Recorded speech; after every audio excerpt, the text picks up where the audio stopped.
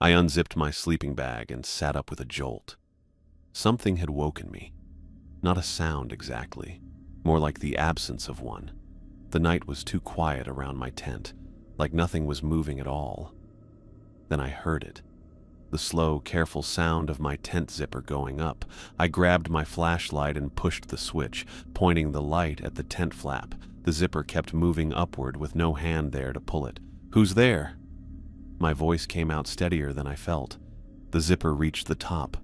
The flap fell open. Someone was standing outside my tent, a dark figure that I could barely see against the night. The shape looked human, but seemed off somehow, not quite right. When I pointed my flashlight at its face, I could make out who it was. Paul Lee. But Paul had disappeared 3 weeks ago.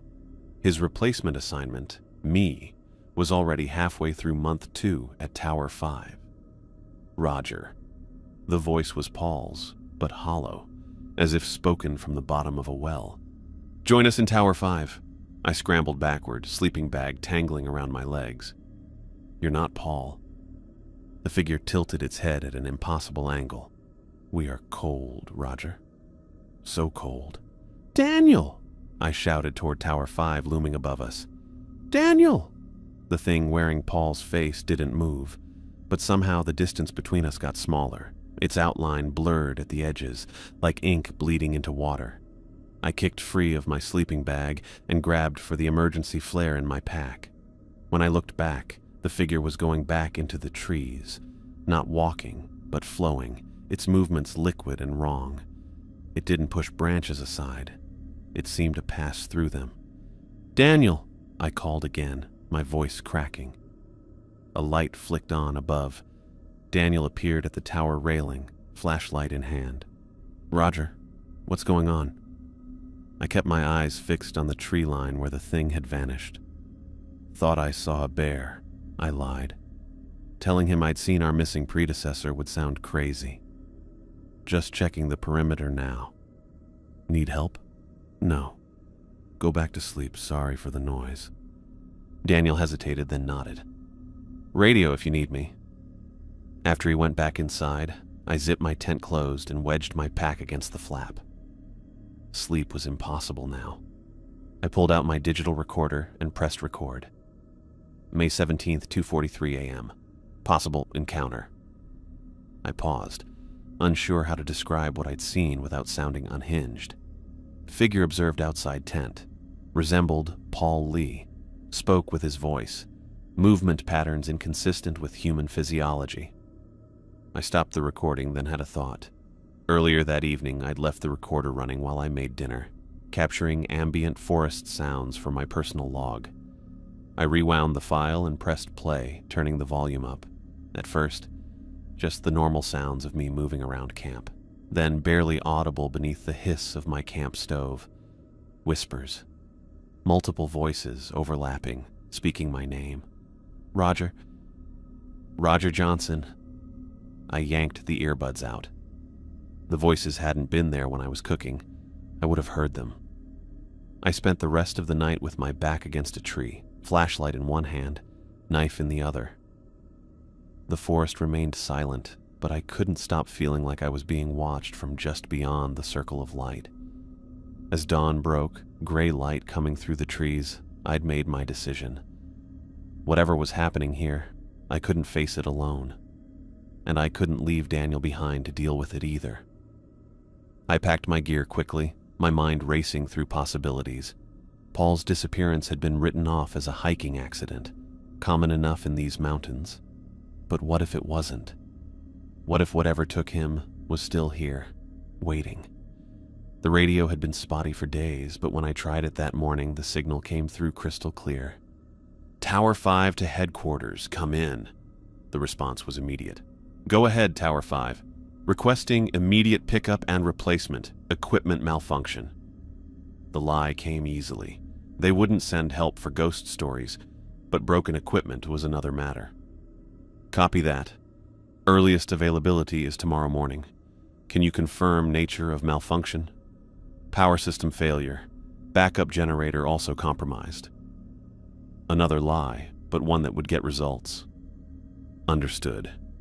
Helicopter scheduled for 0800 tomorrow. Confirm receipt.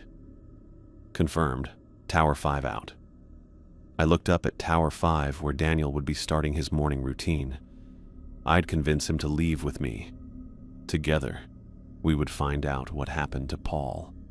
Because whatever that thing was last night, it wasn't finished. And it knew my name. I locked my office door and turned to Daniel. He stood by the filing cabinet with his arms crossed. The office lights buzzed overhead. He looked pretty skeptical.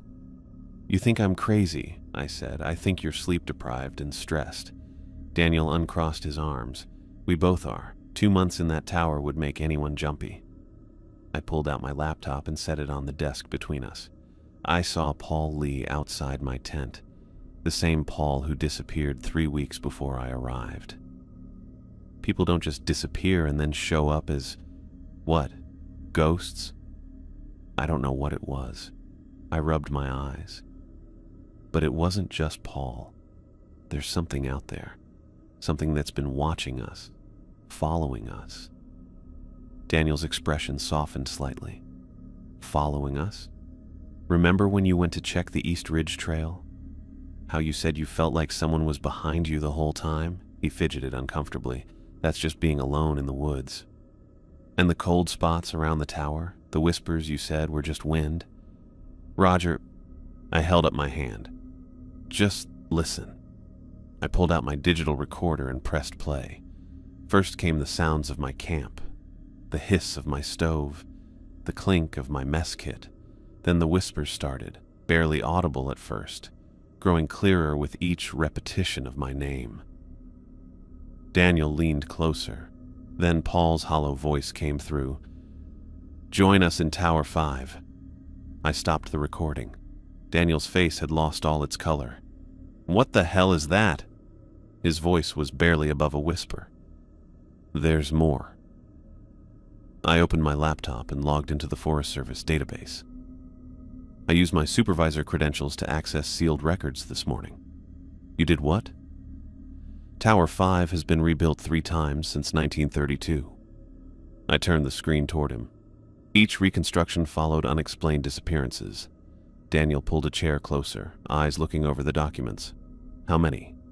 27 people, all marked as presumed wilderness accident. I clicked through to the personnel files. "Look at the signature on these reports." Daniel leaned in. "Valeria Martinez, our current district supervisor. She's been signing off on these for years." He sat back, running a hand through his hair. "This is insane, criminal, both. Why would she keep sending people there if she knew?" I shook my head. "That's what we need to find out." Daniel reached for the phone on my desk and dialed Valeria's extension. After a brief exchange, he hung up. "Her assistant says she's unavailable all afternoon." I pulled up the security footage from the records room on my laptop. "Look at this. Valeria entered the records room 15 minutes after I accessed the Tower 5 files." Daniel's eyes narrowed. "She knows something. And she knows we know." I started downloading and printing key documents. "We need to grab everything before she locks us out." We worked quickly, saving files and printing reports. The printer made a steady noise as we put together a paper trail of disappearances, incident reports, and reconstruction orders going back almost 100 years. "What about Paul's personal effects?" Daniel asked suddenly. "Did they ever release them to his family?" "They're still in evidence. His family lives overseas. There's been a delay in processing." 20 minutes later, we stood in the evidence room. The clerk looked at us with suspicion but couldn't refuse my supervisor credentials. She handed over a sealed box containing everything Paul had on him when he was assigned to Tower 5. Back in my office, we spread the contents across my desk. Wallet, keys, phone with a dead battery, notebook filled with wildlife observations. Nothing unusual. "Wait." Daniel picked up the wallet and examined it more closely.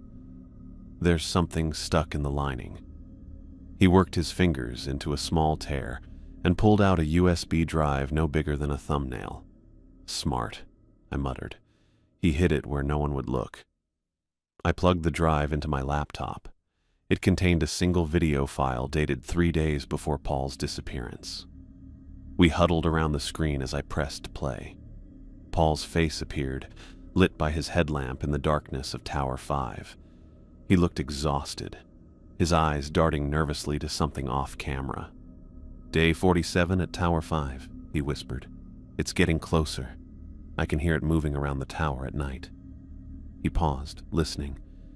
The audio picked up nothing but the creak of the tower in the wind. "I've been documenting the patterns," Paul continued. "It's most active between 2 and 4 a.m. It mimics voices, people I know, my family. But there's always something wrong with the sound, like it's coming from underwater." Paul looked over his shoulder suddenly. The camera shook as he turned it to pan across the empty room. "I know you're there," he said, his voice trembling slightly. For several seconds, nothing happened. Then, in the darkest corner of the room, something moved. A shadow darker than everything else around it moved and flowed in the blackness. As it came closer to Paul, it started to look like a person, but a person whose outline seemed off somehow. "Oh, God," Paul whispered. The figure stopped just at the edge of the headlamp's beam. Then it spoke, its voice overlapping with others, creating a chorus of whispers. "Paul Lee, join us." The video ended abruptly. Daniel and I sat in stunned silence. Finally, he spoke, his voice hoarse. "We need to talk to Valeria. Now." I nodded, ejecting the USB drive and slipping it into my pocket. "Tomorrow morning. First thing." "And tonight?" I looked at the pile of documents we'd gathered, evidence of decades of cover-ups and disappearances. "Tonight we figure out exactly what we're dealing with." I grabbed the door handle before it could swing shut behind me. Valeria's assistant had waved me through without a word, her eyes fixed on her computer screen like she was afraid to look up. "You wanted to see me?" I kept my voice neutral, though my pulse had kicked up the moment her call came through. Valeria sat behind her desk, hands folded on top of a manila folder. The morning light through the blinds cut across her face in thin stripes. "Close the door, Roger." I did, then stood there waiting. The air conditioning made too much noise in the silence. "You accessed classified files yesterday." Not a question. Her tone was measured but tight around the edges. "Files related to Tower 5. "Yes." "Care to explain why?" I crossed to her desk and set my phone down, the video queued up and ready. "I'd rather show you." She looked at the phone, then back at me, her face blank. After a moment, she nodded. I hit play. Paul's face filled the screen, looking pale in the light of his headlamp. I watched Valeria instead of the video, catching the exact moment her cool attitude broke, when the shadow moved toward Paul, when the voices started. Her fingers gripped each other until her knuckles went white. When it ended, she sat perfectly still.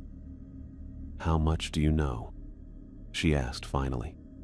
A knock at the door saved me from answering. Daniel stepped in without waiting for permission, closing the door firmly behind him. "Sorry I'm late." He wasn't sorry at all. "Traffic." Valeria's eyes flicked between us. "I see you've both decided to involve yourselves in matters beyond your clearance level." "People are dying," Daniel said, taking the chair next to mine. "Paul Lee died, and you knew it would happen."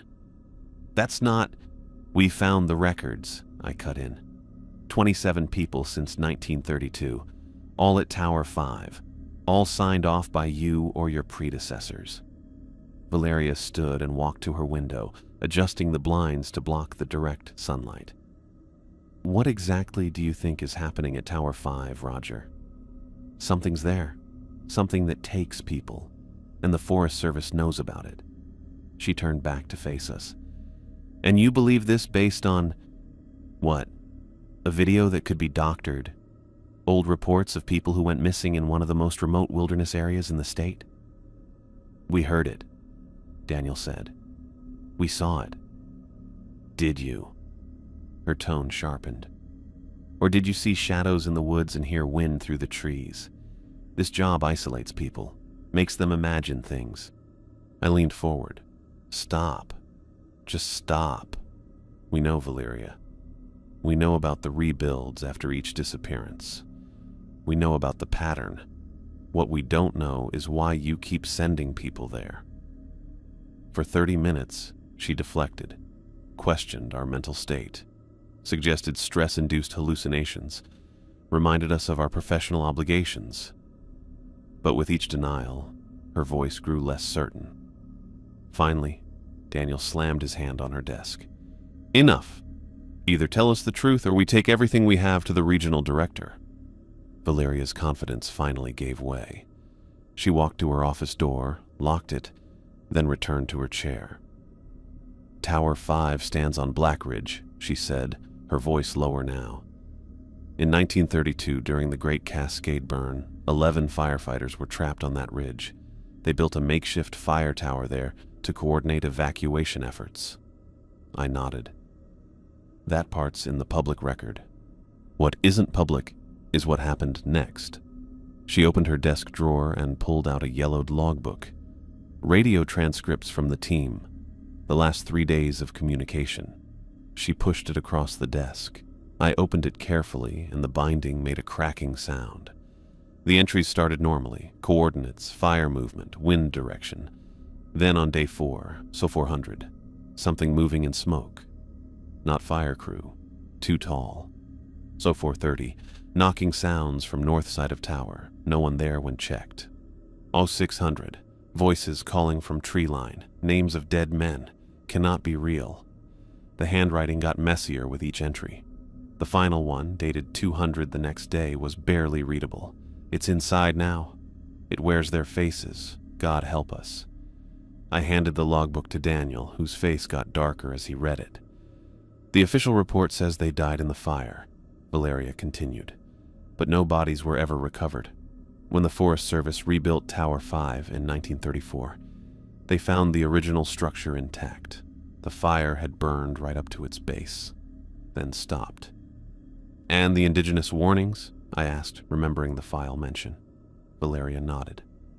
Local tribes stayed away from Black Ridge way before Europeans showed up. In their language, they called it the thin place, a spot where things could come through from somewhere else. So the Forest Service knew, Daniel said, his voice tight with anger. They knew, and they kept rebuilding, kept sending people there. The location provides crucial coverage for wildfire detection in that sector, Valeria said, sounding like she was reciting from memory. We tried remote cameras in the 90s, but they malfunction within days. Equipment fails there. Always has. So you sacrifice people instead? Daniel's voice rose. It's not like that, Valeria snapped, then caught herself. It's complicated. The pattern suggested it only claims someone every few years. We implemented protocols, 2-person teams, regular check-ins. Until budget cuts, I said. Then you went back to single lookouts. She didn't deny it. Paul knew the risks, she said quietly. All Tower 5 personnel are briefed on the unusual history. Bullshit. Daniel stood up. There was nothing in our briefing about this. Not explicitly, no. Valeria looked down at her hands. But the warning signs are there for those who pay attention. The isolation protocols, the emergency evacuation procedures specific to Tower 5. I looked at her face and saw the real person behind her job title. You never thought it would take Paul. She actually looked sorry for once. No. He was experienced, careful. When he reported the first anomalies, we were already arranging his extraction, but it moved faster than usual. And then you sent me, I said. We needed coverage for fire season, and the entity never takes people in close succession. There should have been time. Daniel paced the small office. This is insane, criminal. It's necessary, Valeria insisted, though her voice lacked conviction. The alternative is leaving that entire sector vulnerable to wildfires that could destroy thousands of acres, threaten communities. I want all the records, I said. everything you have on this entity. What it is, how it operates, what happens to the people it takes. Valeria looked at me for a long moment, then stood and walked to a painting on her wall. She swung it aside, showing a small safe. After entering the combination, she pulled out an old leather portfolio tied with string. "Everything we know is here," she said, placing it on the desk between us. "Reports, witness accounts, research attempts. But it won't help you stop it." "Why not?" Daniel asked. "Because no one ever has." She pushed the portfolio toward me. "In 90 years, the Forest Service has tried everything. Religious ceremonies, technology, armed guards. Nothing works. It's part of that place now." I untied the string and opened the portfolio. Inside were dozens of documents, photographs, and handwritten accounts spanning decades. On top was a black and white photograph from what looked like the 1950s. A tall, skinny fire lookout standing proudly in front of Tower 5. His face was circled in red ink. Written on the back, "James Harmon, disappeared June 12th, 1953. "What happens to them?" I asked, looking up at Valeria. "The people it takes." She shook her head. "We don't know. There are theories. Some think they're dead, others think they're somewhere else. The entity seems to retain their memories, their voices. Beyond that..." She trailed off. "We're going back," I said, gathering the portfolio and standing up. "To Tower 5.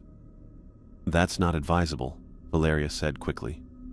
"Not until we understand what triggered its recent activity." "You've had 90 years to understand," Daniel said. "It's our turn now." Valeria looked between us, then sighed. "I can't stop you, but I'm coming with you." "Why would you do that?" I asked. "Because I've sent 17 people to Tower 5 during my tenure," she said, her voice steady but her eyes haunted. "4 never came back. I owe them this much." I nodded, tucking the portfolio under my arm. "We leave tomorrow morning." As we turned to go, Valeria called after us. "Roger, Daniel." We paused at the door. "Whatever you think of me, of the Forest Service, we never understood what we were dealing with. Still don't. Be careful what you go looking for up there." "We're not looking for it," I said. "It's already found us." I pried at the loose floorboard with my pocket knife, working the blade into the crack where the wood had warped. Daniel crouched beside me, flashlight beam pointed at my hands. Valeria stood back, arms crossed, watching us tear apart government property without a word of protest. "Got it," I said as the board popped free with a groan. Daniel leaned closer. "What is that?" I reached into the dark space beneath and pulled out a small metal box, its surface scratched and dented. The kind you'd keep cash or valuables in, with a simple latch on the front, not locked. "Someone didn't want this found," I said, setting it on the floor between us. The tower creaked around us, moving in the wind that had picked up since we got here 3 hours ago. We'd spent that time checking every inch of the place, looking through drawers, checking behind furniture, tapping walls for hollow spaces. This was how we always did investigations, though nothing about this one was normal. "Open it," Daniel said. I flipped the latch and lifted the lid. Inside lay a leather-bound journal, its edges worn smooth from handling. A name was written in faded ink on the first page. Catherine Winters, Tower 5, 1972. "Catherine Winters," Valeria said from behind us. "She was before my time." I flipped through the first few pages. Standard lookout observations, weather patterns, wildlife sightings, maintenance notes. Nothing unusual until page 23, where the handwriting changed, becoming tighter, more urgent. "Day 37, I read aloud. "Something is watching the tower. I've seen it 3 nights in a row now, standing at the tree line. When I shine my light, it's gone." Daniel sat back on his heels. "Just like Paul." I continued reading, skimming through entries that documented increasingly strange occurrences. Whispers in the wind, objects moved when Catherine wasn't looking, cold spots that appeared and disappeared without explanation. "Day 45, I read. It came closer last night. Stood at the base of the tower for hours. I could hear it breathing. When I called out, it answered in my mother's voice. Valeria moved closer. What else? I turned the page. Catherine's notes were more organized now. She'd started tracking when the entity showed up and what it did each time. She figured it out, I said, looking up at them. Listen to this. It only comes when I'm alone. When Ranger Davis visited with supplies, nothing happened for 3 days after. It waits for isolation. Daniel took the journal from my hands, looking through the pages. She's documenting its hunting pattern. Keep reading, Valeria urged. Daniel flipped forward. Day 52. I tested my theory today. Kept the radio on all day, talking to base camp every hour. It stayed away until I fell asleep and the radio went silent. Woke to find it standing over my bed. Not a shadow anymore. It had taken shape. It looked like my brother Tom, but wrong somehow. Its eyes were empty. The three of us sat in silence, taking it all in. The wind got stronger outside, making noise through the gaps in the tower's wood. It feeds on disconnection, I said finally. The perfect trap for fire lookouts. Isolation is part of the job, Valeria said quietly.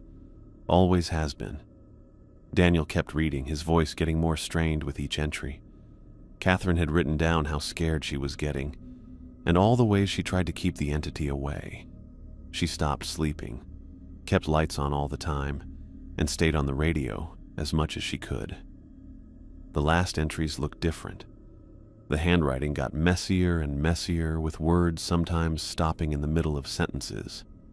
Day 60, Daniel read. I'm leaving tomorrow. Can't stay here anymore. It's getting stronger, more persistent. I've packed my gear, but it knows. Saw it watching me from the trees when I tested my route. It's never come out in daylight before. He turned the page. The last entry was dated the following morning. It's waiting in the trees, every path down. It knows I'm trying to leave. The radio's dead. No one's coming. It's so cold now. So cold.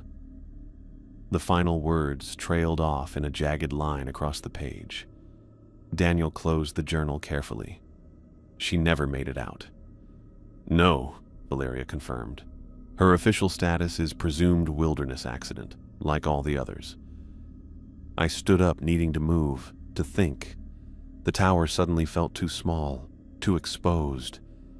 Through the windows I could see darkness settling over the forest, night coming on fast. You knew, I said, turning to Valeria. Maybe not about Catherine specifically, but you knew what happens here. And you kept sending people anyway. She didn't flinch from my accusation. We needed the coverage area, and the pattern suggested it claims someone only every few years. So you played the odds, Daniel said, disgust evident in his voice. With people's lives. With volunteers, she corrected. No one is forced to take Tower 5. No one is warned either, I countered. Valeria walked to the window, looking out at the darkening forest. What would you have me do? Tell recruits that some really old monster haunts one of our fire towers?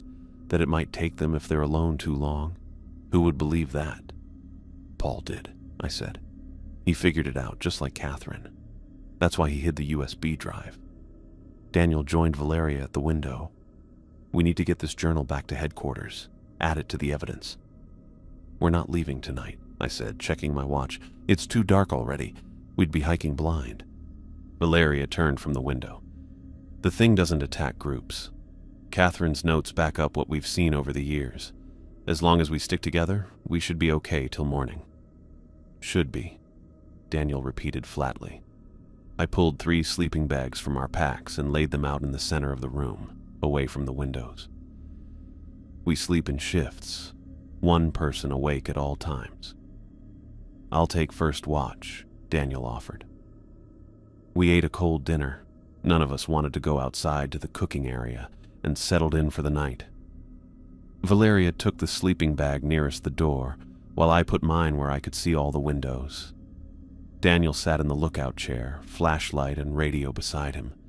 I didn't expect to sleep, but I was so tired I crashed almost immediately. The sound of Daniel's voice woke me some time later. "Roger," he whispered urgently. "Wake up." I sat up, instantly alert. "What is it?" "Listen." At first I heard nothing but the wind. Then it came. Whispers, dozens of them, calling our names. Not from inside the tower, but from outside, from the darkness. "Roger." "Daniel." "Valeria." The voices overlapped, some loud, some barely audible. Men, women, children, all calling to us. Valeria was awake now, too, her face pale in the beam of Daniel's flashlight. "What time is it?" I checked my watch. "Just after 2. Daniel handed me the binoculars. "Look at the tree line." I moved to the window, careful to stay back from the glass. Through the binoculars, I looked over the edge of the forest where it met the clearing around the tower. At first I saw nothing but shadows and swaying branches. Then I spotted them, dark figures standing still between the trees, not quite human in shape, more like absences of light against the darkness. "How many?" Daniel asked. I counted silently. "At least a dozen, maybe more." "They've never come in these numbers before," Valeria said, her professional tone cracking slightly. "They know we're onto them," I said, lowering the binoculars. "They know we found Catherine's journal." The whispers grew louder, more insistent. I could pick out individual voices now, Paul's hollow call, a woman's soft plea that might have been Catherine, others I didn't recognize. "Join us," they said. "So cold here. Join us." Daniel grabbed his pack. "We need to barricade the doors." We worked quickly, pushing the heavy metal desk against the trap door that led to the stairs, wedging chairs under the doorknobs of the exterior door. All the while the voices continued, getting louder then quieter over and over. "Catherine was right," I said, checking the last window latch. "It feeds on isolation. But it's more than that. It collects people, keeps them somehow. Or what's left of them," Daniel added grimly. Valeria stood in the center of the room, Catherine's journal clutched in her hands. "All these years, we thought they were just gone, dead. But they're still here, aren't they? Still conscious in some way." I looked out at the figures again. They hadn't moved closer, but they hadn't retreated either. Just watching, waiting. "We stay together," I said firmly. "No matter what happens, no one goes anywhere alone. That's how it gets you." Daniel nodded. "Together." Valeria came over to the window looking really serious. "Together." Outside, the dark figures kept standing there without making a sound. We could hear whispers that got louder and quieter with the wind, and they seemed to be saying our names over and over until morning. I set the last sensor in place, tightening the mounting bracket against the weathered wood of Tower 5's north support beam. The device blinked green, then red, then settled into a steady amber pulse that matched the rhythm of the others we'd placed around the perimeter. "That's the last one," I called down to Thomas, who stood below with a tablet, checking the incoming data streams. He nodded without looking up, his fingers moving across the screen quickly. "Signal's clean. We've got full coverage now." I climbed down the ladder, my boots hitting the packed dirt with a thud that seemed too loud in the morning quiet. The forest around us had gone still again, that weird silence that made the hair on my neck stand up. No birds, no insects, just the soft electronic buzz of equipment that hadn't been here an hour ago. Thomas Bailey and his team had shown up at first light, their 2 Forest Service trucks loaded with more gear than I'd seen outside a research station. 4 people, none wearing standard ranger uniforms. Instead, they wore matching dark green field clothes with a patch I'd never seen before, a stylized eye inside a triangle with the words Anomalous Phenomena Division curved beneath it. "How long have you been with the Forest Service?" I asked Thomas as we walked back toward the tower. "Officially, 12 years. He tucked the tablet under his arm. "But the division's been around since 1947. "And you what?" Chase ghosts through national parks? He didn't smile. We document and investigate phenomena that fall outside standard classification, things that affect Forest Service personnel or operations. Like whatever's in Tower 5. Exactly like that. He stopped at the base of the tower stairs and looked up at the structure, squinting against the morning sun. Though this one's been on our radar longer than most. Inside, Daniel and two others from Thomas's team, Lynn and Erickson, were setting up a small command center. Monitors, sensors, cameras, and equipment I couldn't even name covered the table where lookouts normally tracked smoke patterns and weather changes. Valeria stood by the window, arms crossed, watching them work with a tight expression. When she saw us enter, she motioned me over. "Did Bailey tell you they've been here before?" she asked quietly. I glanced at Thomas, who was now helping Lynn calibrate something with too many dials. "No. When?" 1986, after 3 disappearances in 5 years. She kept her voice low. They spent 2 weeks, set up equipment not unlike this, and left with no explanation. Their report was classified above my clearance level. "And you didn't think to mention this earlier?" She looked right at me. "I didn't know they were coming today. Someone higher up must have seen our access to the Tower 5 files." Before I could ask her more, Daniel called us over. He had Catherine's journal open on a clear spot at the end of the table. "I've been going through this with Lynn," he said. Catherine documented temperature drops before each appearance, sometimes as much as 15 degrees in minutes. Lynn nodded as she leaned over the journal. "This matches what we saw at the other places. Whatever this thing is, it makes everything around it cold when it shows up." "Other sites?" I asked. "There are more places like this?" Thomas joined us, setting his tablet down. "We've documented 17 locations across North America with similar patterns. Remote places, usually with some historical significance. Places where the boundary between..." He paused, searching for words. "Where reality thins." "Thin places," I said, remembering what Valeria had told us about the indigenous warnings. "That's one term." "Yes." Thomas picked up Catherine's journal, handling it with careful reverence. "May I?" I nodded and he began flipping through it, stopping occasionally to take pictures of certain pages with his phone. "This is incredible documentation," he said. "Most witnesses don't maintain this level of detail as the phenomenon progresses." "She was trying to understand it," Daniel said, "to survive it." "But she didn't," Valeria added quietly. Thomas closed the journal. "We should review the video evidence as well." I set up my laptop and played Paul's recording. Thomas and his team watched in complete silence. They didn't look shocked or surprised like I thought they would. When it ended, Erickson started taking notes while Lynn pulled up what looked like comparison images on her tablet. "Movement pattern matches the Michigan lighthouse entity," she said to Thomas. "Same fluid transitions between forms. Vocal characteristics are consistent too," Erickson added, without looking up from his notes. "Multiple overlapping sources, emphasis on temperature references." Thomas turned to me. "Has it spoken to you directly?" "Yes," I said, the memory of that hollow voice still fresh. It used Paul's voice, said it was cold, asked me to join them in Tower 5. "Them," Thomas repeated. "Plural. It's collective," Lynn said, as if this confirmed something they already knew. "Like the others." Daniel looked at them. "What does that mean? Collective?" Thomas paused, looking at his team before answering. "From what we've figured out, these entities aren't single beings. They're made up of different parts, made up of those they've taken." I felt sick as I realized what he meant. "You're saying Paul is still conscious? Part of that thing?" "In some form," Thomas said carefully.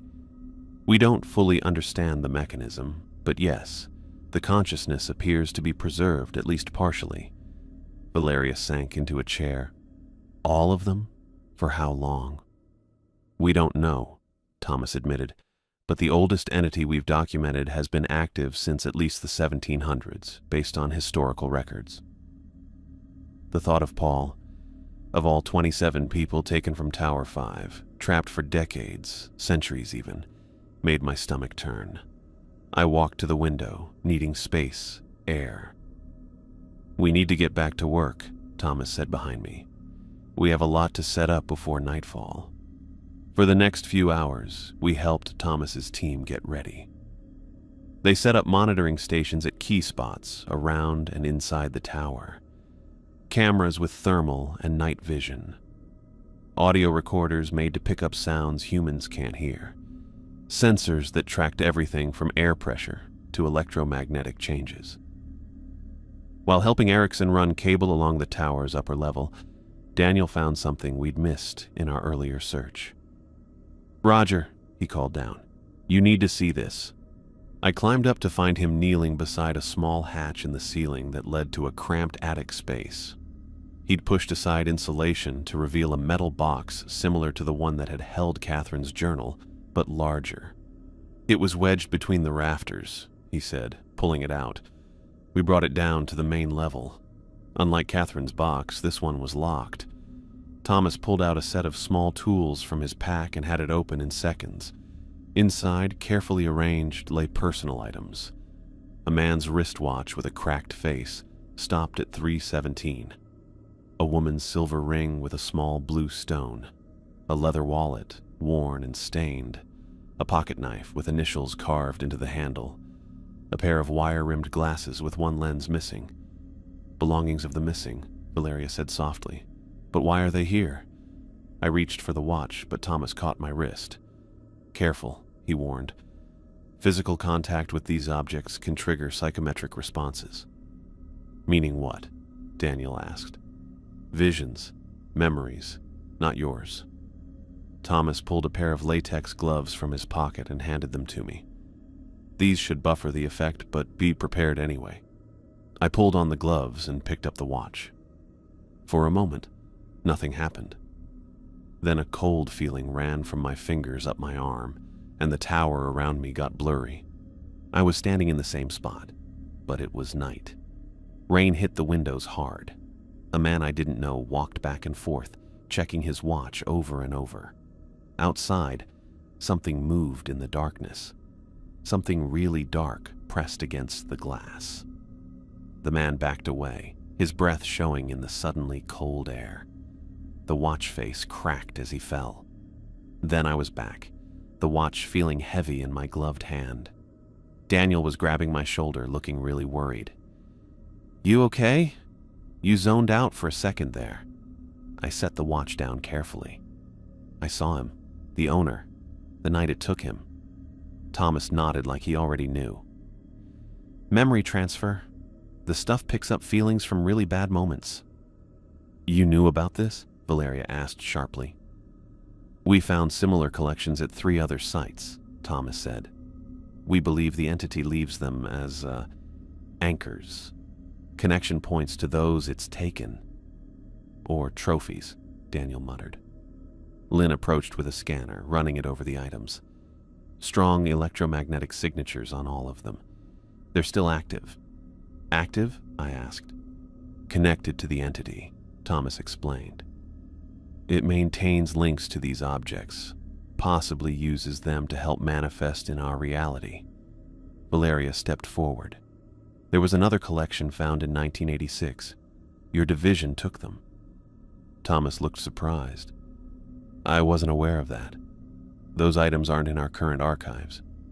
"Then where are they?" Daniel asked. No one had an answer. As afternoon turned to evening, we finalized our plan. Based on Catherine's journal and the patterns Thomas's team had recorded, the entity was most active between 2 and 4 a.m. It targeted people who were alone. "So we don't let Roger be isolated," Daniel said firmly. "I'll stay at Tower 4 with a radio. Constant contact all night." Tower 4 was 3 miles away on the next ridge, close enough for radio contact, far enough to be outside the entity's range of influence. The entity will try to disrupt communication, Thomas warned. It always does. Then we have backups, I said. Multiple radios, different frequencies. Thomas nodded. My team will monitor from the base camp half a mile down the access road, close enough to record data, far enough to maintain objectivity. And I'll coordinate between the teams, Valeria added. I looked at her, surprised. You're staying? I've sent too many people into this situation blind, she said, her professional mask slipping to reveal genuine determination. I need to see this through. As sunset approached, the temperature dropped suddenly in sharp dips that fogged our breath. The monitoring equipment started showing problems, strange electromagnetic readings, static on the radios, and cameras losing focus for seconds at a time. Thomas looked at his instruments with a serious face. It knows we're here. It knows what we're doing. Good, I said, checking the radio that would connect me to Daniel. Let it know we're fighting back. We made final preparations as darkness fell.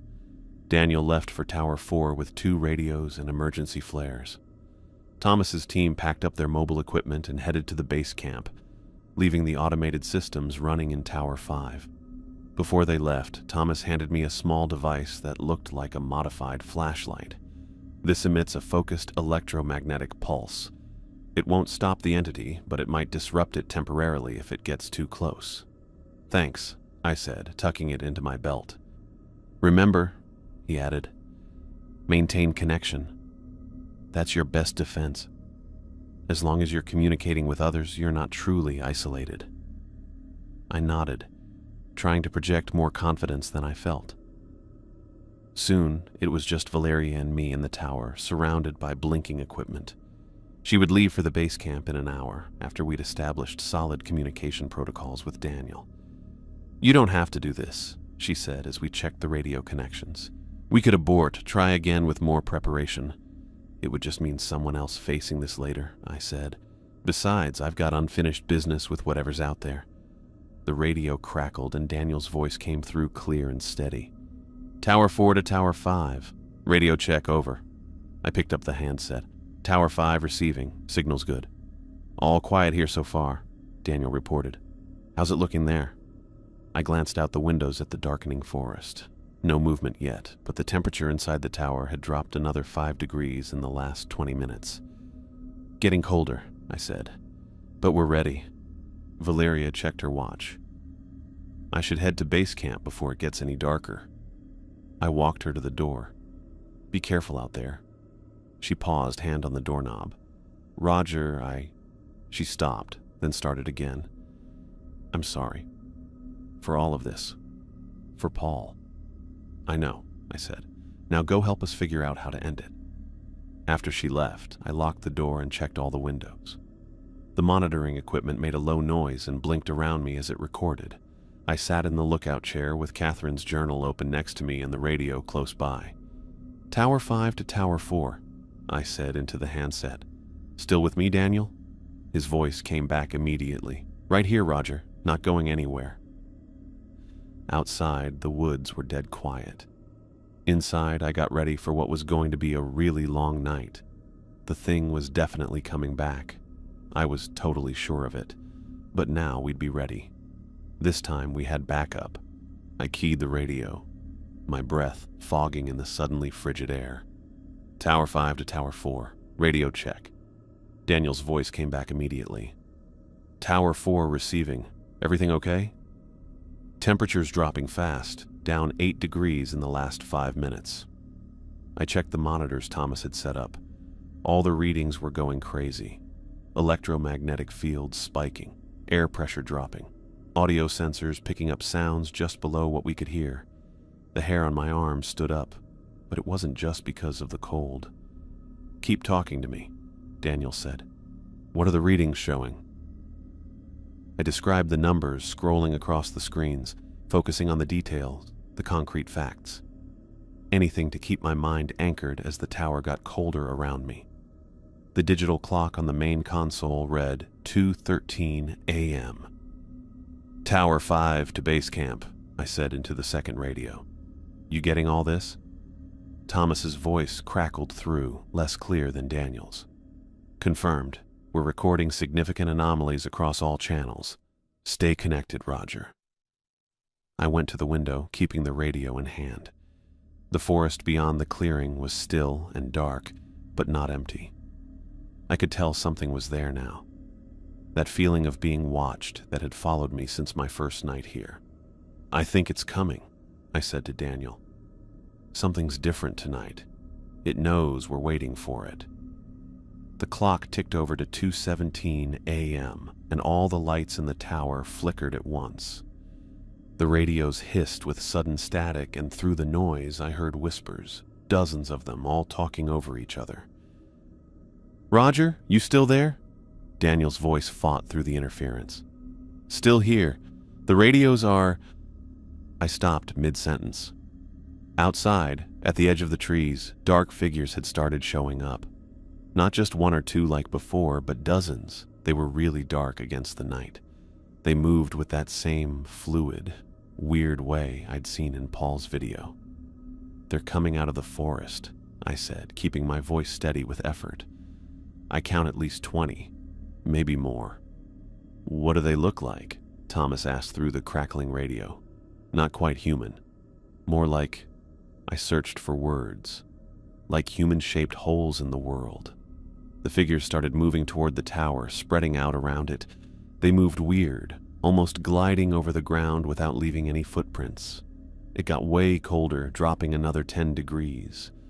My hands were shaking, some from the cold, some from trying to keep my voice steady while I told everyone what I was seeing.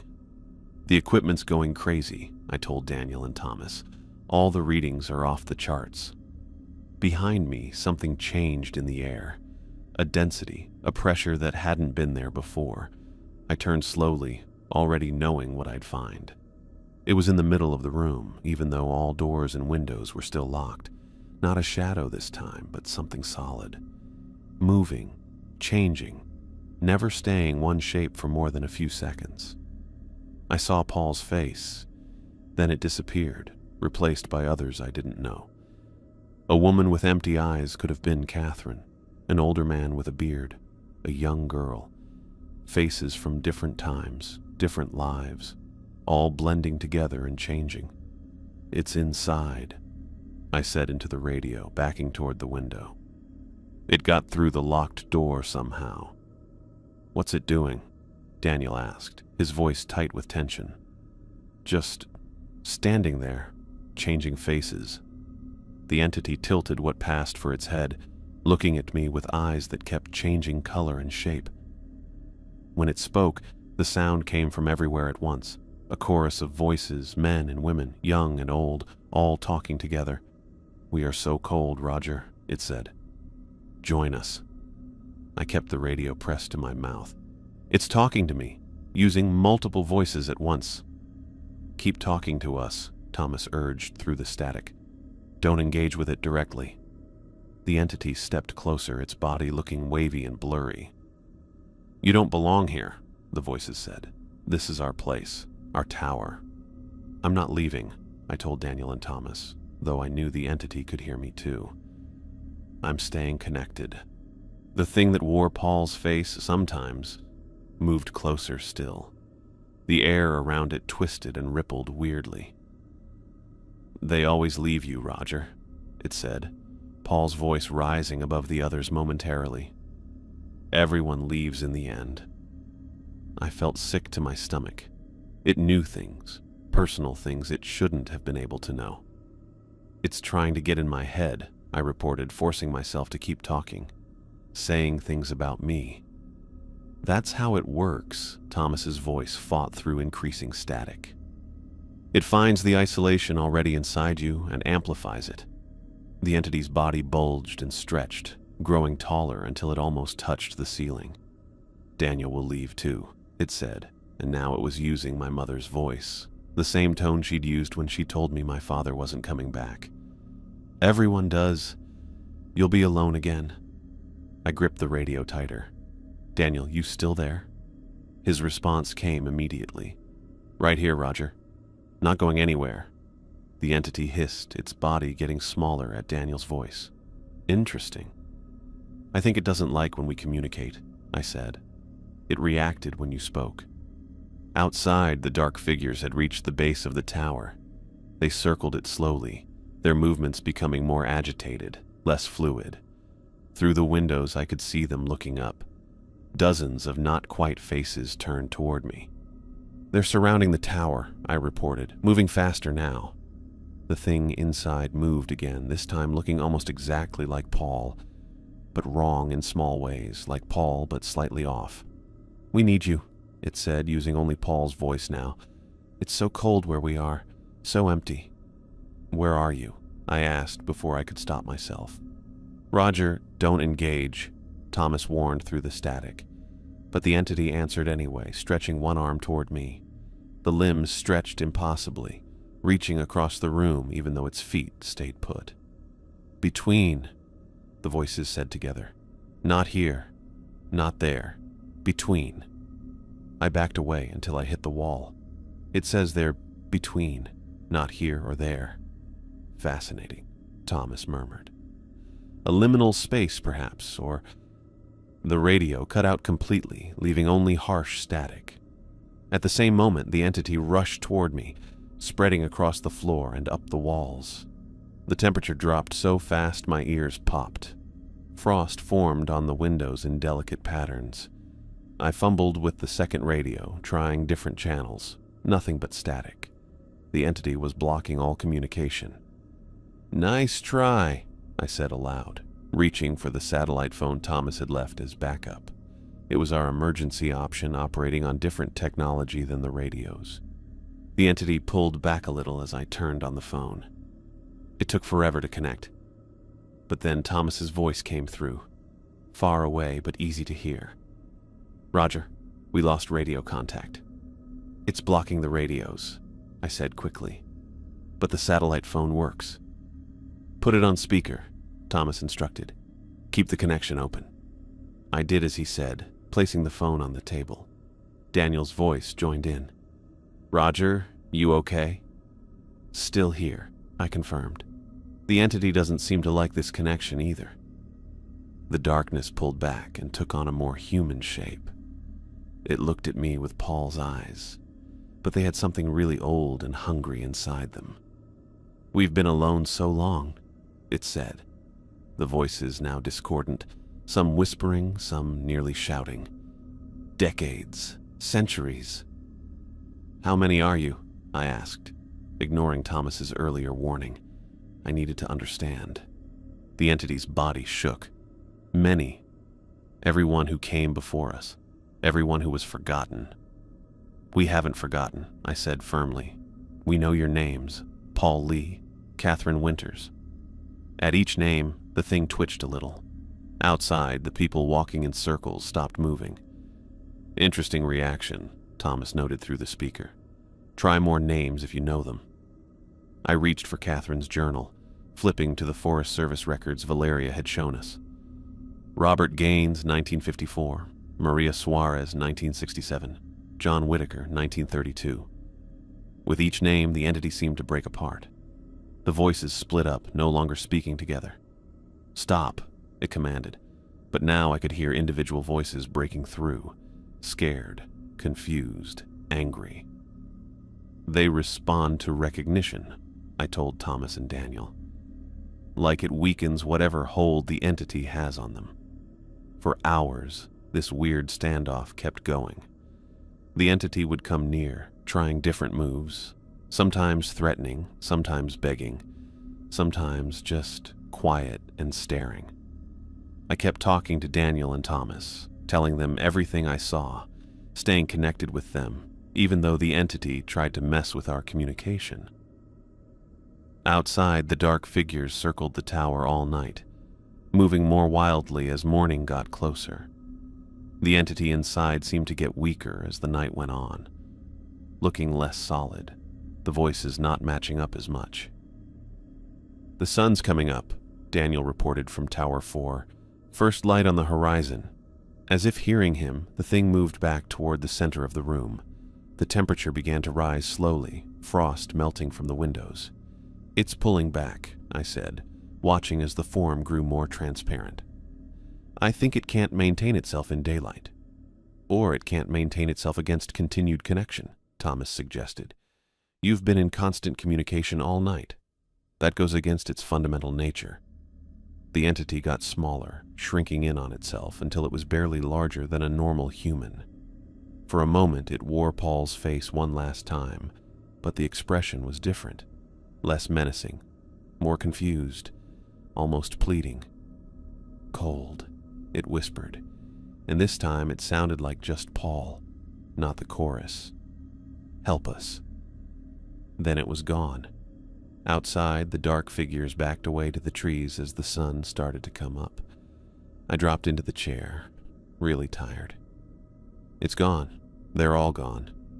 "You did it?" Daniel said, relief evident in his voice. "You made it through the night." Thomas was already going through the data. "The equipment caught everything. We have clear footage of the entity changing forms, electromagnetic readings off the charts. This is documentation like we've never seen before." I stared at the spot where the entity had stood. "It wasn't just trying to take me," I said slowly. "It was asking for help." "We'll be there in 20 minutes, Thomas said. "Don't touch anything until we arrive." I sat in silence as the tower got warmer in the morning sun. The monitoring equipment kept recording, though all readings had gone back to normal. On one screen, I could see the footage from last night, the entity's constantly changing shape caught on infrared, its impossible movements tracked by motion sensors. Daniel arrived first, taking the stairs 2 at a time. He stopped at the door, looking around the room with wide eyes. "Jesus, Roger, the temperature readings we got from in here, it was below freezing." "Felt like it," I said, my voice hoarse from talking all night. He crossed the room and gripped my shoulder. "You okay?" "Yeah, just tired." I looked up at him. "Thanks for staying on the line all night." "That's what partners do." Thomas and his team showed up a few minutes later and started pulling data from the equipment. They were clearly pumped about what they found. "This changes everything," Thomas said, reviewing the footage. "We've never had such clear documentation before." Valeria joined us mid-morning, looking worried until she noticed I was okay. "The regional director's been briefed," she told us. "They're implementing new protocols for Tower 5, effective immediately." "What kind of protocols?" I asked. 2-person minimum staffing at all times, permanent monitoring equipment, emergency beacon system." She looked around at the equipment Thomas's team was packing up. "And full cooperation with the Anomalous Phenomena Division going forward." Thomas called us over to look at the footage he'd put together. On his laptop screen, we could see the thing showing up on different cameras, regular video, heat sensing, and other weird readings. We watched as it changed shape, never looking completely solid. "Based on these readings," Thomas explained, "I believe the entity exists in a quantum state, somewhere between our reality and another dimension. It's not fully here, which is why it needs to draw energy from its surroundings to manifest." "And the people it takes?" Daniel asked. "Where do they go?" Thomas's face got serious. "That's the question, isn't it? Their consciousness seems to be kept inside the entity somehow. But whether they still exist as individuals or have been absorbed into a collective, we just don't know." I remembered the entity's words. Between, not here, not there. "There's something else," I said, pulling up the footage from different camera angles. "Watch what happens when I start naming the victims." We reviewed the sequence. Each time I spoke a name, the entity's shape wobbled a bit. "It weakens under direct recognition," Thomas observed. "Almost like being seen disrupts its hold," I finished. "Not just physical observation, but being acknowledged, remembered." Thomas nodded slowly. "That fits with our limited data from other sites. These entities seem to feed on isolation and anonymity. Being forgotten strengthens them. Being remembered weakens their grip." "There's more," Lynn said, joining us with a tablet. Look at these thermal readings from when the entity was most active. The screen showed heat signatures all over the tower. What really caught my eye was the way the thing showed up, not as a cold spot like you'd think a ghost would be, but just blank, with no heat reading at all. It doesn't register as cold, Lynn explained. It registers as nothing. Like that space doesn't exist in our thermal spectrum, because it's not fully in our reality, Thomas concluded. Daniel leaned against the table. So what do we do with all this? How do we stop it? Thomas looked at his team before answering. We can contain it, I think. The protocols Valeria mentioned will help. 2-person teams, constant monitoring, regular communication. The entity seems unable to take people who stay connected to each other. But destroying it, I asked. That might be impossible without understanding where these people go when taken, Thomas admitted. And if their consciousness still exists within the entity, destroying it might destroy them too, I finished. That possibility hit everyone in the room hard. 27 people from Tower 5 alone, possibly still conscious, still aware, trapped in whatever between meant. As Thomas's team packed up their equipment, I stood at the window looking out at the now peaceful forest. Somewhere in those trees the entity waited. Weakened perhaps, but patient. It had been here for a really long time, and it knew my name. Daniel joined me at the window.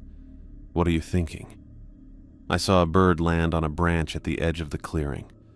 The first wildlife I'd seen near Tower 5 since arriving. I'm thinking we need to understand what this thing really is, where it came from, how long it's been here, and how to free the people it's taken, Daniel added quietly. I nodded. Especially that. Behind us, the others continued their work, cataloging evidence of something that shouldn't exist.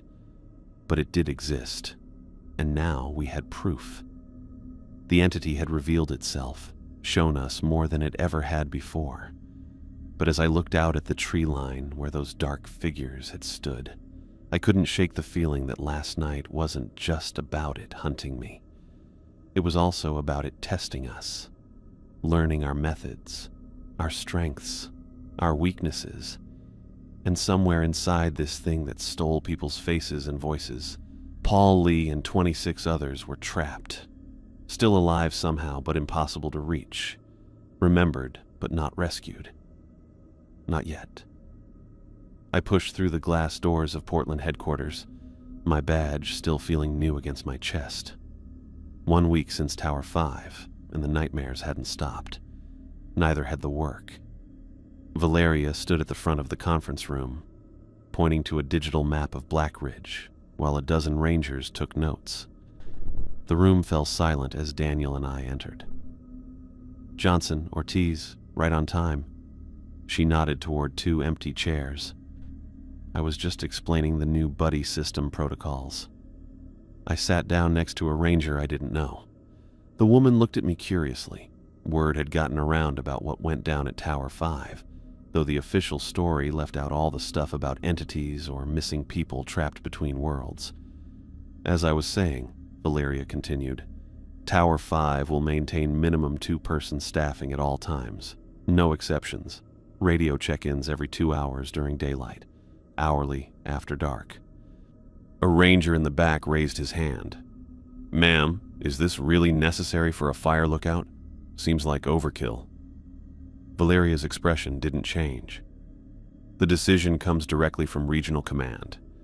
Anyone uncomfortable with the new protocols is free to request reassignment. No one else questioned her. They wouldn't understand anyway. Couldn't understand without seeing what we'd seen. After the briefing, Daniel caught up with me in the hallway. Thomas wants us in Lab 3. Says he's got something to show us. We found Thomas bent over a bank of monitors.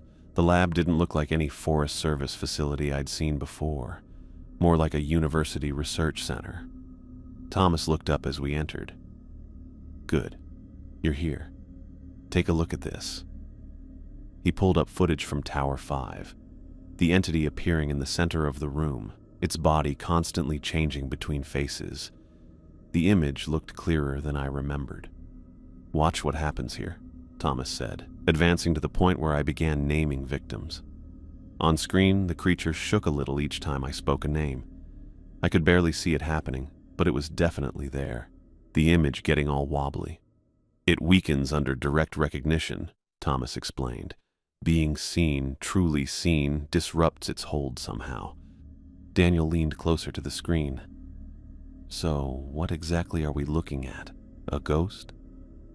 Thomas shook his head. Nothing so simple. Based on our readings, I believe it exists in a quantum state, somewhere between our reality and another dimension. Like being in two places at once? I asked. More like being in neither place fully. Thomas pulled up a different display showing wavelength patterns. It's not completely here, which is why it needs to draw energy from its surroundings to manifest. I thought about the cold that had filled Tower 5 that night. It takes heat. And electromagnetic energy. Probably other forms we can't measure yet. Thomas switched to a thermal imaging view where the entity appeared as a void, an absence rather than a presence. Most interesting is how it affects communication technology. It doesn't just jam signals, it absorbs them. Can we contain it? Daniel asked. Thomas nodded. The new protocols should help. 2-person teams, constant monitoring, regular communication. The entity seems unable to take people who maintain strong connections. But destroying it? I pressed. Thomas exchanged glances with Lynn before answering. That might be impossible without understanding where these people go when taken, and if their consciousness still exists within the entity. Destroying it might destroy them too, I finished. Everyone in the room got quiet as they thought about it. 27 people from Tower 5 alone, possibly still conscious, still aware, trapped in whatever between meant. So we're just going to leave them there? Daniel's voice had an edge I rarely heard. For now, we focus on prevention, Thomas said. No more disappearances while we figure this out. I wasn't satisfied with that answer, but I didn't have a better one. After the meeting, I headed to the archives section. The clerk looked up from her computer as I approached. I need everything you have on indigenous history around Blackridge, I said, sliding my request form across the counter. She raised an eyebrow. That's a lot of material. Any specific focus?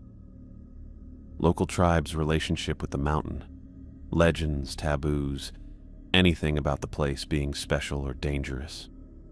2 hours later, I sat surrounded by folders, maps, and interview transcripts dating back to the 1920s. Most were standard ethnographic surveys, but 3 accounts stood out. Elders from different tribes describing Blackridge in strikingly similar terms. I called Daniel over. Look at this. 3 separate tribes, interviewed decades apart, all calling Blackridge the same thing in their own languages. Which translates to what? Daniel asked, scanning the pages. The thin place. I pointed to the translator's notes, where the boundary between worlds becomes permeable during certain alignments. Daniel made a face. Alignments of what? Stars? Moon phases. I spread out a chart I'd been working on. I cross-referenced the disappearances at Tower 5 with astronomical events. There's a pattern. Most happen during specific lunar phases that occur only twice a year. That can't be coincidence. It gets weirder. I pulled out personnel files I'd requested on the victims. Look at their backgrounds. Daniel read through several files, his face getting more serious. Paul Lee, recently divorced. No family in the country. Catherine Winters, only child, parents deceased. Robert Gaines, estranged from family after military service. Every single one, I said quietly. People already disconnected from others before they ever set foot in Tower 5. The entity didn't choose randomly. It was drawn to them, to their isolation. We spent the rest of the day putting together evidence, making a case that went way beyond normal Forest Service concerns. By evening, we had a timeline covering almost 100 years of documented incidents and thousands of years of oral history. Valeria found us still working as most of the building emptied for the night. You two should go home, she said. though her eyes lingered on our scattered papers. I looked up at her. "Did you know about the pattern? The types of people who disappeared?" She hesitated before answering. "Not officially, but I noticed similarities over the years. And you kept sending them anyway." "I requested paired assignments whenever possible," she said defensively. "Budget constraints overruled me." Daniel gathered some papers. "Well, now we have proof it matters. The entity targets isolation, emotional as much as physical." Valeria nodded slowly. "I'll make sure the psychological profiles are considered in future staffing decisions." After she left, Daniel and I packed up our research. Outside, the parking lot was nearly empty, with just a few yellow streetlights shining on the wet pavement. "You think the new protocols will be enough?" Daniel asked as we walked to our cars. I thought about the entity. It had waited decades between victims. "They'll help, but that thing's been around forever. It's just gonna wait us out." "So what's our next move?" I unlocked my car, the research files heavy in my bag. "We need to understand what it really is, where it came from, and most importantly, where it takes people." Daniel nodded. "And how to get them back." "Exactly." We stood there in the wet parking lot thinking about the 27 people we'd lost. The creature was locked up for now, kept in check by rules and tracking equipment. But somewhere in the dark parts of Black Ridge, it was just waiting. Patient, hungry, and way older than any of us thought. I knew what was really going on now. We hadn't beaten anything at Tower 5. We just put off what was coming sooner or later. The creature would change, figure out new ways to eat. And everyone it took, Paul, Catherine, all of them, were stuck somewhere between our world and whatever other place existed. The new rules weren't fixing anything. They were just giving us time to find something that would. I followed the trail marker deeper into the brush, pushing aside branches that kept catching on my jacket. 6 months since we'd faced the entity at Tower 5, and the forest still felt wrong. Too quiet in some places, too noisy in others. The radio at my hip crackled. "Roger, you're getting close to your boundary." Daniel's voice came through. "Where are you?" I keyed the mic. Found something odd, a trail marker that wasn't here before. "What kind of marker?" "Stone cairn with a red bandana. Recent. Definitely wasn't here during our last survey." Daniel's response came quickly. "Hold position. I'm coming to you." "Copy that." I stopped walking, but kept my eyes on the narrow game trail ahead. We'd been strict about the buddy system since establishing the containment zone. No one went anywhere alone, not even to take a leak. 5 minutes later, Daniel walked through the bushes behind me. He carried the sensor pack on his back, green lights blinking away. "There!" I pointed to the small stack of flat stones with the faded red cloth tied around the top one. "Someone's been here." Daniel made a face. "Could be hikers. This area's not officially closed. Hikers don't usually come this far off trail." I studied the ground around the cairn. "And look at how it's positioned, pointing directly at that rock face." We headed the way it pointed, moving carefully through the thick plants. The radio buzzed again. "Tower 5 to ground team. Check-in time," came Martinez's voice. Daniel responded, "Ground team here. We're investigating a possible trail marker about half a click east of sensor point 3. "Copy that. Stay on comms. Lee and Ramirez are finishing the north perimeter." "Will do." We pushed through a thick stand of ferns and stopped short. The rock face ahead wasn't as solid as it looked from far away. A narrow opening cut into the stone, partly covered by hanging vines and moss. "That's not on any of our maps," Daniel said quietly. I pulled out my flashlight. "Cave entrance. Looks natural, but..." I trailed off, noticing marks around the opening that looked too even, too planned. "We should call this in," Daniel said, already reaching for his radio. "Wait." I moved closer, shining my light on the stone beside the entrance. "Look at this." Daniel joined me and gasped when the beam lit up the rock. Faint lines cut into the stone made clear patterns, not random scratches but on-purpose markings. Human figures standing in a line. Above them, something dark with no shape, and between them, a triangle that looked like a mountain. "Holy shit," Daniel whispered. I keyed my radio. "Tower 5, this is Roger. We've found something. A cave with what looks like pictographs on the walls. Request Thomas's team at our location." "Copy that," Martinez replied. "They're 20 minutes out. Maintain position and continue regular check-ins." Daniel was already taking photos with his phone. "These look old. Really old." "Yeah." I ran my fingers lightly over the carved lines, feeling their depth in the stone. "And look familiar?" The strange shape above the human figures looked just like the thing we'd run into. Not really solid, not really smoke either. The artist had somehow captured how weird it was even in simple stone carving. "Should we go in?" Daniel asked. I checked my watch. "Let's wait for Thomas. 5 minutes till next check-in anyway." We stood in silence, both staring at the old pictures. The forest around us had gotten really quiet. No birds, no insects. Just the soft sound of wind moving through leaves. "You feel that?" Daniel asked quietly. I nodded. I felt like we were being watched. Not right this second danger, but I knew something was keeping an eye on us. Whatever was out there knew we were here, knew what we'd found.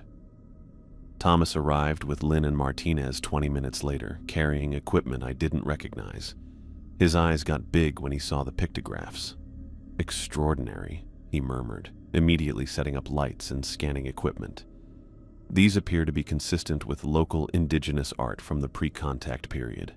Lynn carefully photographed each section of the wall. The style matches artifacts dated between 1000 and 3000 BCE. 3,000 years, I said. "That's how long this thing's been taking people." Thomas nodded with a serious look. "At least that long. Maybe way longer." We spent the next hour taking notes on everything while Martinez talked with the other teams over radio, making sure nobody lost contact. Nobody mentioned how cold it was getting, or the weird quiet sounds we sometimes heard nearby. "I want to see inside," I finally said. Thomas hesitated. "We should set up proper archaeological protocols first." "We're not here as archaeologists," I reminded him. "We're here to understand what we're dealing with." After a brief discussion, we established a plan. Daniel and I would enter first with cameras and sensors. Thomas and Lynn would monitor from outside, maintaining constant radio contact. Martinez would coordinate with the perimeter teams to ensure the containment grid remained active. The cave entrance was narrow but opened into a larger chamber about 15 feet in. Our flashlight beams cut through the thick darkness. The air was stale but not unpleasant, dry and cool with a faint mineral smell. "Look at the walls," Daniel whispered. Every surface was covered with pictographs, hundreds of them from floor to ceiling. Some were faded with age, others looked newer, but none were modern. They told a story that went around the room in a clockwise spiral. "Tower 5 to cave team," Martinez's voice crackled through our radios. "Status check." "We're inside," I reported. "The entire chamber is covered with pictographs. Sending video feed now." I turned on the body camera Thomas had given me. Outside, they would see what we were seeing, the old record of humanity's encounter with the entity. "These first images show people living near a mountain," Daniel narrated as we moved slowly around the chamber. "Then something appears. The same formless shape we saw outside. The cave drawings showed something coming out of the mountain during what looked like a special night sky pattern. Stars and a crescent moon lined up in a certain way. In the next pictures, people were being taken, half swallowed by the darkness. There, I pointed to a section that seemed more detailed than the rest. They're showing some kind of ritual. The pictures showed people standing in a circle, holding what looked like torches or sticks. In the middle was one person facing something, with their arms stretched out. They were trying to communicate with it. Thomas's voice came through the radio, perhaps even control it. Or free those it had taken, I added, moving to the next section. The final sequence was harder to figure out. The circular pattern was still there, but now lines connected the middle figure to the thing. Some of the taken figures looked like they were coming back. At least that's what the rough drawings seemed to show. They found a way, I said quietly. They knew how to get people back. Daniel studied the images closely. But did it work? Look at the last panel. The final pictograph showed the mountain alone, with neither people nor entity visible. Just empty space where both had been. Thomas's voice crackled through the radio. The dating equipment is giving us preliminary results. The oldest images appear to be approximately 3,200 years old. The newest are still at least 500 years old. So whatever happened here, Daniel said, it ended before European contact. I ran my hand along the final panel, feeling the old grooves in the stone, or they stopped recording it. We spent another hour documenting everything before coming out of the cave. The sun was already low in the sky. The temperature had dropped noticeably. We need to finish the perimeter before dark, Martinez reminded us. The sensors have to be calibrated as a complete circuit. Back at Tower 5, the remaining teams were installing the last components of Thomas's containment system, a network of electromagnetic field generators designed to create a barrier the entity couldn't cross. The technology was experimental, based on what we'd learned during our first encounter. The pictographs change everything, Thomas said as we reviewed the footage. They confirm this entity has been active for millennia, not just decades. And that people have fought it before, I added. Maybe even found a way to rescue those it took. Thomas nodded. The ritual depictions are really interesting. They point to some kind of directed communication, not just resistance, but engagement. You mean like talking to it? Daniel asked. More than that. The central figure appears to be establishing a connection with the entity while remaining protected by the circle. Martinez joined us, her expression grim. Perimeter's almost complete. We should be ready to activate at sundown. As it got dark, we gathered in Tower 5's main room. The monitoring equipment made a soft noise, the screens showing each sensor around the boundary. Outside, the forest was totally quiet, the weird silence that always came before the entity showed up. Temperatures dropping, Lynn reported, down 5 degrees in the last 10 minutes. I moved to the window, looking out at the tree line. Nothing visible yet, but the feeling of being watched had gotten stronger. They're coming. Perimeter status? Martinez asked. Green across the board, Thomas confirmed. Ready to activate on your command. We waited as it got colder and colder. Frost started building up on the windows, which was weird for such a mild fall night outside our containment zone. The first dark figures showed up at the tree line at exactly 9:17 p.m., the same fluid, wrong silhouettes we'd seen before. Multiple entities detected, Lynn announced, counting 15 distinct signatures. They moved in that weird, smooth way, spreading out around the edge of the clearing. More showed up until they filled the whole tree line, more than we'd ever seen before. They know what we're doing, Daniel said quietly. I nodded. They're not happy about it. Martinez gave the order. Activate the perimeter. Thomas pressed some buttons on his console. The buried sensors around the clearing turned on, making an electromagnetic field that was supposed to stop the entity from showing up. A low buzz filled the air as the system started working. It worked right away. The dark figures pulled back from the invisible barrier, looking less solid and more broken up. They backed up several yards into the trees, but didn't totally vanish. It's working, Thomas said, studying the readings. They can't cross the field. But something else was happening. As the things moved back, voices started coming on the wind, dozens of them, talking over each other in whispers and pleas. I could tell it was Paul's voice among them, and maybe Catherine's too. They called our names, begged for help, said they were cold. I went closer to the window, drawn by those voices I knew. They're still conscious in there. All of them. The whispers got louder, more desperate. The dark figures moved and changed at the tree line, couldn't come closer but didn't want to leave completely. I thought about the drawings in the cave, the ritual, the person in the middle making contact. I got an idea that was dangerous but needed. "I need to talk to them," I said. Martinez shook her head firmly. "Absolutely not. We maintain the perimeter and complete the installation. Those are our orders." "The pictographs showed communication," I insisted. "A way to connect without being taken." "We don't know what those images meant," Thomas cautioned. "It's too risky to attempt interpretation without further study." But the voices continued, carried on the wind. Paul's voice rose above the others momentarily. "Roger, help us. So cold here." I made my decision. I'm not suggesting we break the perimeter, but I am going to talk to them. Before anyone could object further, I keyed my radio to broadcast on all channels, including the speakers we'd mounted around the perimeter. The entity had shown sensitivity to communication technology before. Maybe we could use that. "This is Roger Johnson," I said clearly. "We know what you are now." The dark figures at the tree line went still. The whispers quieted. "We've found your history. 3,000 years of taking people from this mountain. It ends now." The temperature dropped sharply.